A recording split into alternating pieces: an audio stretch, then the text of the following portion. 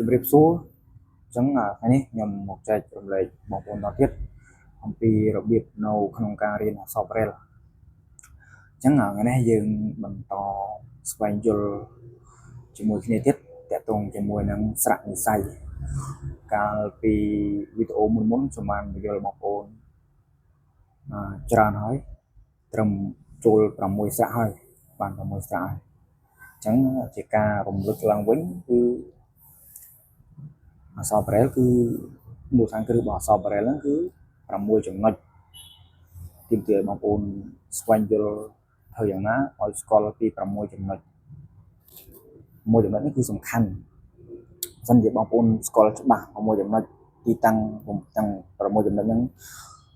នៅទីណាចំណុច1នៅទីណាចំណុច2នៅទីណាចំណុច3នៅទីណា4នៅទីណា5នៅទីណា6នៅទីណានៃបន្ទប់ស្លេតហើយគឺយើងអាចសិក្សាស្វែងយល់អំពីអក្សរសិក្សាស្វែងយល់អំពីស្រៈហ្នឹងគឺបានស្រួលហើយអញ្ចឹងមូលដ្ឋានគ្រឹះសំខាន់គឺ6ចំណុចហ្នឹងអញ្ចឹងជាការរំលឹកឡើងវិញគឺក្នុងមួយបន្ទប់របស់ slate ហ្នឹងគឺមាន6ចំណុចខាងលើផ្នែកខាងស្ដាំគេហៅថាចំណុច1ចុះមកក្រោមមកហៅថាចំណុច2ចុះមកក្រោមទៀតចំណុច3ឡើងទៅលើរូបមុខនៅខាងឆ្វេងក្នុងបន្ទប់ដដែលហ្នឹងផ្នែកខាងលើដូចគ្នាហ្នឹងទៅនឹងចំណុច1ហៅថាចំណុច4ដល់ពេលចុះមកក្រោមទៀតជាចំណុច5ចុះមកក្រោមទៀតជាចំណុច6អញ្ចឹងបងប្អូនធ្វើម៉េចជាយាមឲ្យចាំ6ចំណុចនេះអញ្ចឹងចាំ6ចំណុចនេះគឺបងប្អូនងាយស្រួលក្នុងការមកសិក្សាស្វែងយល់អំពីស្រៈអញ្ចឹងថ្ងៃនេះខ្ញុំមកបង្ហាញស្រៈនិស្ស័យតទៀតតែមុននឹងបង្ហាញខ្ញុំគ្រាន់តែឲ្យបងប្អូនមើលឡើងវិញតាក់ទងជាមួយនឹងអ្វីដែលខ្ញុំបានប្រាប់កាលពីវីដេអូមុនខ្ញុំបានសរសេរខ្ញុំបានបង្ហាញឬក៏ខ្ញុំបានប្រាប់តែចំណុចទៀតអញ្ចឹងនេះគឺជាស្រៈអានេះមានចំណុច1និងចំណុច6តមកនេះស្រៈអេនេះគឺមានចំណុច3និងចំណុច4នេះស្រៈអីនេះគឺចំណុច1និងចំណុច5ហើយនេះស្រៈ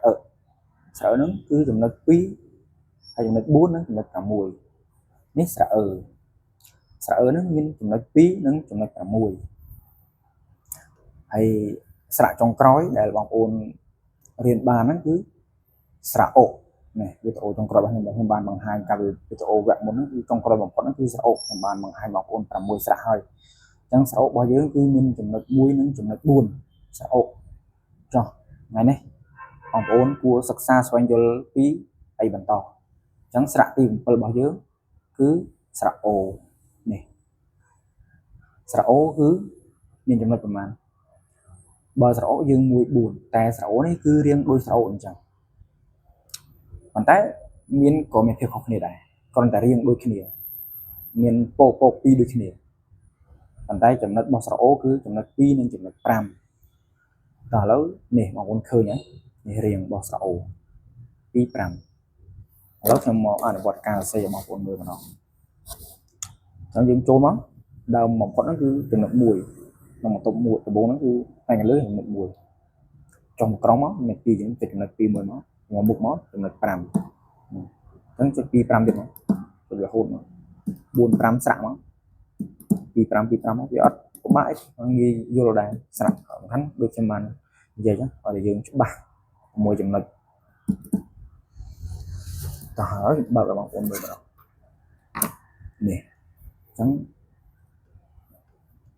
អានេះស្រៈអូទេនេះស្រៈដែលខ្ញុំមាននៅក្នុងសៀវភៅខ្ញុំបង្ហាញបងប្អូនមុនហ្នឹងហើយនេះស្រៈដែលខ្ញុំទើបតែសរសេរមុនហ្នឹងសរសេរវិញនេះ1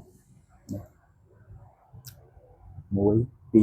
3 4 5 6 7ខ្ញុំសរសេរឡើង7ដងអញ្ចឹងចំណុច2ទៅនឹងចំណុច5ឃើញមកមុខ2ហើយមកមុខមក5អញ្ចឹងស្រៈអូរបស់យើងគឺមានចំណុច2និងចំណុច5អញ្ចឹងវីដេអូនេះខ្ញុំបង្ហាញបងប្អូនប៉ុណ្្នឹងសិនចាំជួបជាមួយខ្ញុំនៅវីដេអូក្រោយទៀតតាក់ទងមួយស្រៈនិស្ស័យតទៀតហើយវីដេអូនេះខ្ញុំសង្ឃឹមថាបងប្អូនដែលមានពិការភាពគាត់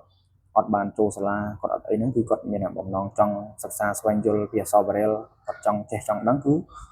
គាត់អាចមើលបានអ្វីដែលខ្ញុំចែករំលែកនេះគឺទុកសម្រាប់បងប្អូនដែលគាត់ចង់ចេះ ហើយគាត់អាយុជនពិការភាពផ្សេងៗហ្នឹងគាត់ចង់ចេះតែគាត់អាយុគាត់អត់មានឱកាសក្នុងការចូលរៀននៅតាមសាលាទេអញ្ចឹងអរគុណច្រើនសម្រាប់បងប្អូនដែលតែងតែតាមដានជាមួយនឹង Page Plan Generation របស់យើង